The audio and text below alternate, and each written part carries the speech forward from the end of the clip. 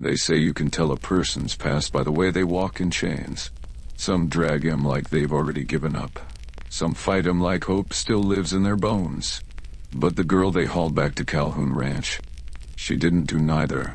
She walked like she'd already died once, and wasn't planning on doing it again. Her name was Lottie Graves. She was just 16 the first time she killed a man. Didn't mean to, didn't want to, but life out here don't wait for clean consciences. She'd spent 6 years on the run since then, robbing stagecoaches, dodging bounty hunters, feeding herself on regret and whatever else she could scrape from the land, until one night they caught her sleeping in the ruins of the old Bentry Chapel. Sheriff didn't even need cuffs. They wrapped her wrists in cold iron chains, same ones they used for Mustangs too wild to break. Dragged her back behind 2 horses like she was livestock. She didn't scream, didn't plead. Just stared straight ahead, eyes hard as flint. What most folks didn't know, what they couldn't see behind the dust and the dirt and the blood crusted in her hair, was that Lottie Graves once spared a man's life. A killer, a gunman, someone who'd come for her with murder in his eyes and walked away untouched. She hadn't seen him since, but fate has a long memory in these parts, and sometimes mercy circles back with a 6-shooter. By the time they rode through the front gate of Calhoun Ranch, the sky had turned to rust. The ranch house stood tall on the rise windows like watching eyes. Men leaned on fence posts, spitting tobacco, whispering filth. They'd been promised a show. Lottie didn't flinch. She looked straight at the man waiting on the porch, the one with a scar that split his mouth like a second grin. Graham Calhoun, land baron, cattle king, devil in a black duster, and the man who once owned Lottie's mother. He stepped forward with the ease of a man who had never been told no in his life. Grinned when he saw the blood at her temple. "Welcome home, girl." Graham Calhoun wasn't the kind of man who asked questions. He gave orders. And when he didn't get what he wanted, he took it anyway. He stood on that porch like a god, thumbs tucked behind his belt, watching Lottie, like she was a stray mutt wandered back into his dominion. "You remember this place, don't you?" he said, voice slick with venom. "The bunkhouse where your mama used to sleep, the shed where she used to cry, all of it still standing, just missing her screams." The boys laughed, low and cruel. Lottie didn't say a word. She didn't have to. There was something in the way she looked up at him. Head tilted, mouth, quiet eyes, burning, that shut the laughter down like a sudden wind. Calhoun didn't like that. He snapped his fingers and 2 ranch hands came forward, big ones, hands like shovels, grins like broken glass. "Take her out back," he said, "hose her off. Then lock her up in the tool shed." The chains rattled as they moved toward her, but Lottie didn't resist. Not yet. They dumped her like trash and left her wet and shivering on the floor of a tool shed barely wide enough to stretch her arms.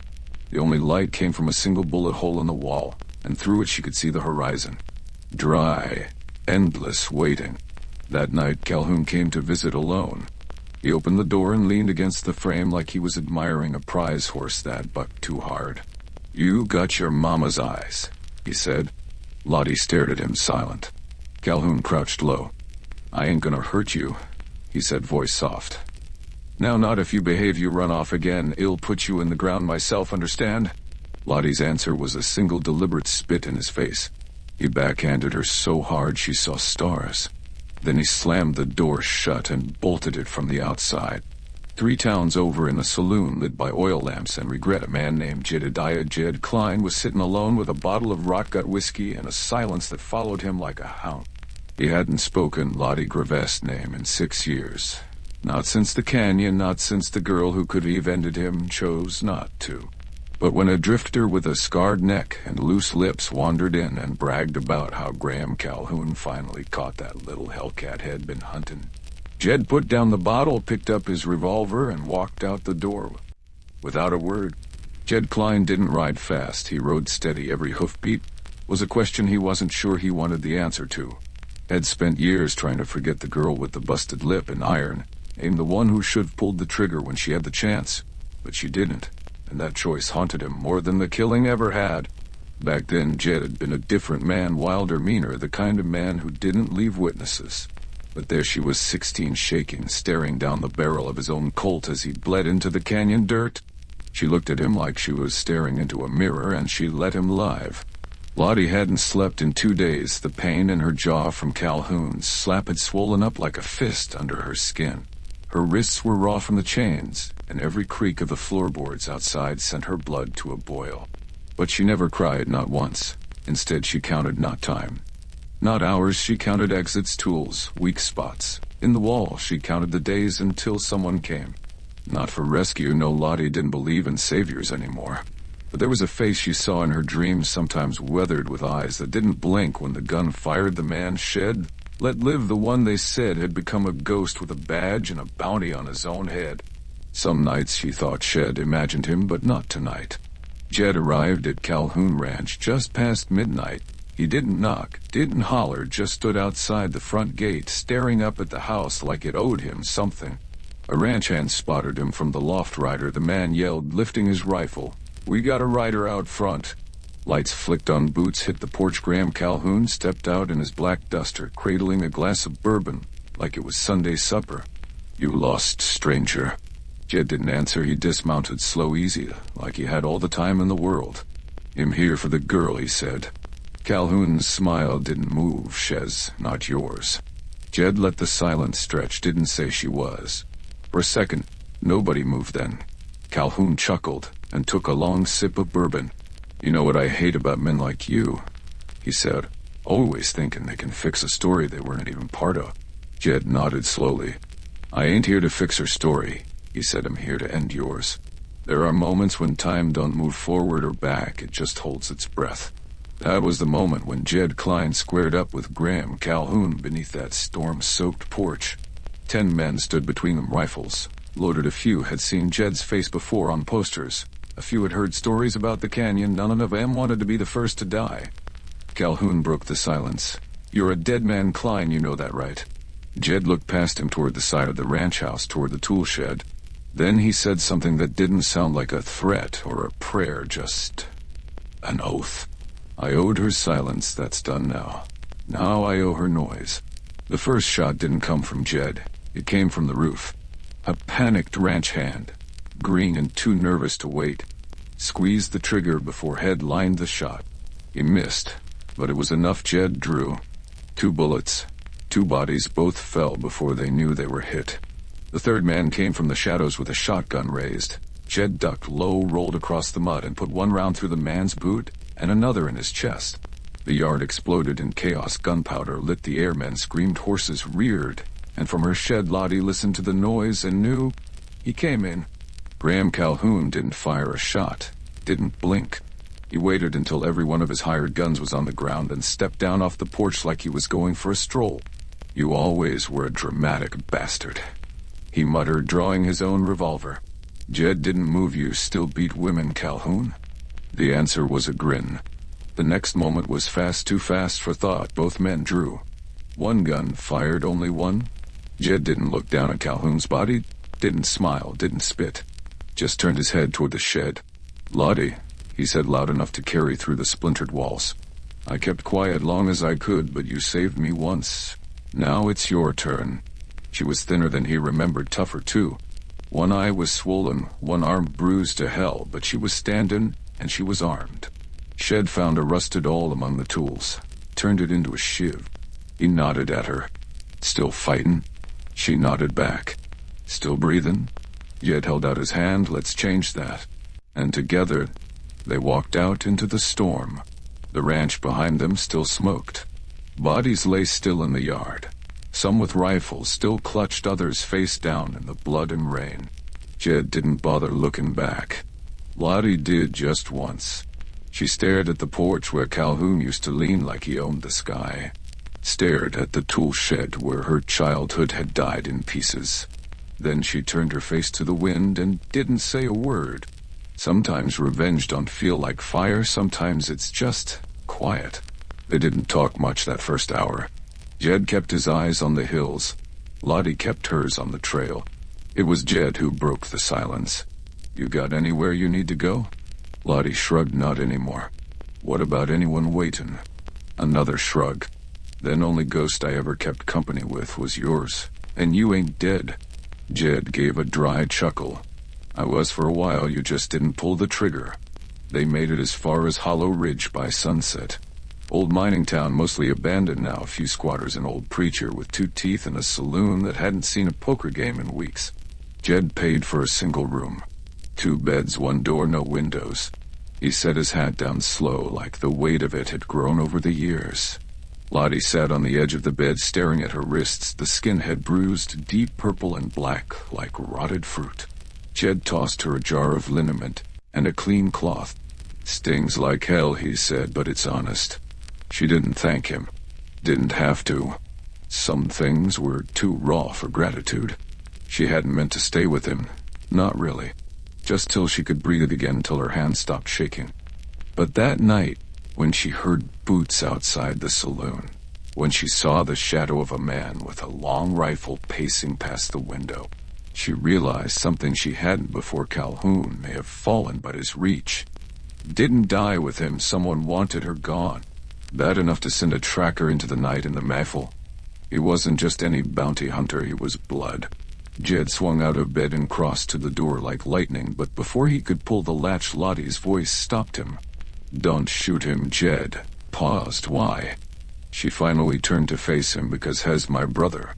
There are truths that drop like thunder, and then there are the ones that just sit quiet in the room waiting for someone to flinch first. Your brother," Jed said, slow, careful. Lottie nodded. "He was 3 when Mama died. Calhoun took him, said he'd raise him upright. Never saw him again after that." Jed stepped back from the door like it had turned into a rattlesnake, and outside the shadow waited. He wasn't a large man, lean, built like someone who survived lean seasons. Name was Clive Graves, went by Red in the bounty circles. He didn't knock, didn't speak, just waited, patient like a man who knew how stories ended and how to push him toward the edge. She stared at him for a long time. Last time she'd seen that face, it was rounder, smaller, smudged with mud and tears. Now it was carved in angles, cold and unfamiliar, but she knew the way his jaw set the scar along his eyebrow. The locket he wore around his neck. "Her mother's let me talk to him," she said. Jed shook his head. "Not alone." She was already walking for the door. "Red," she said. The man took a slow drag off his cigarette. "You ain't dead," he replied. "Not yet. You should be," he muttered. "Would've made things easier." Lottie stepped closer, chain scars still raw on her wrists. "I thought you were gone," she said. "I looked for you. You stopped looking the second you ran." "That's not true," he laughed. A humorless, brittle sound. "You left me with him." "Lottie, with Calhoun, while you played outlaw in the hills." She didn't answer. What could she say? It was true. She ran. She survived and became something else entirely. Red flicked the cigarette into the mud and stepped forward. "I ain't here for your apology," he said. "I'm here for your head." Lottie's breath caught. "Dead or alive," he added. "Guess which one pays more?" Jed stepped out, then boots hitting the plank with a thud. "She's under my protection," he said flat. Red tilted his head. "Don't matter, blood's blood, and a price is a price." Jed didn't flinch then. "I guess we find out what's stronger." Red smiled and drew, but it wasn't Jed who fired. And it wasn't Red. It was Lottie, hand shaking, eyes brimming. She stood with the barrel smoking in her palm. The bullet had hit just above Red's shoulder. Clean miss by inches, intentional, just enough the standoff to end the standoff. Just enough to break whatever spell blood had over them both. "I spared you," she whispered, "the way I spared Jed. Don't make me do it again." Red looked at her like he was seeing her for the first time then. He holstered his weapon, turned and walked away without another word. The storm kept falling, but something in the air broke.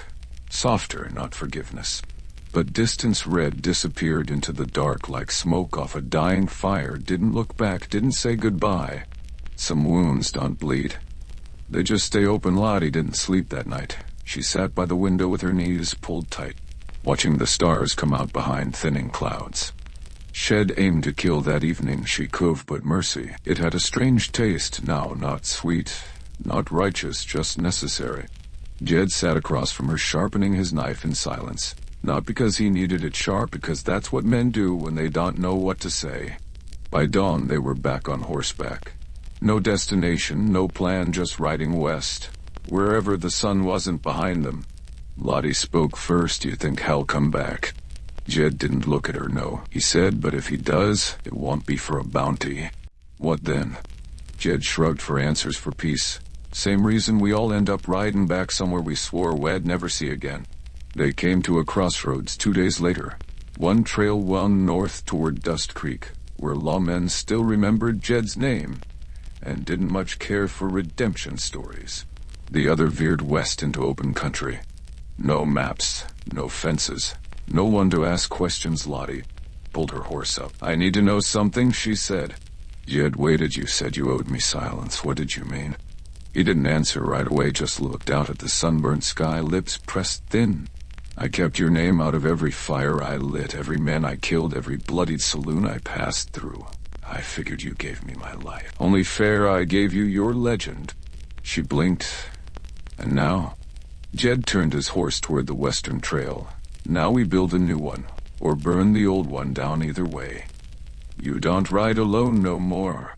There ain't always justice out here. But sometimes there's something close, a girl dragged in chains, a man spared by mercy, two souls bound not by blood, but by choice. And the West, it don't forget, but sometimes it forgives. 3 winters past the land beyond Deadman's Ridge, changed hands twice, then went quiet. No one rode up Calhoun's old trail anymore. The fences rotted, the weeds climbed, and in a narrow valley 2 days west of any map, a cabin sat with smoke curling up from the chimney and nothing but sky around it. Inside, Lottie Graves lived, not hid lived. She planted beans and kept chickens, read books by lamplight, tended a horse with a scar over one eye, and every now and again, when the wind howled just right through the valley, she swore she heard chains drag through gravel shed. Sit up, grip the handle of the old Colt Jed left her, then breathe. Because she wasn't that girl anymore. Jed Klein didn't live forever. Men like him don't, but when the fever took him, it didn't come with guns, it came with peace, a quiet passing beneath a red sky. Yes, for one thing, no stories had said. Let the silence be mine this time. But Lottie carved one word into the stone anyway. Owed.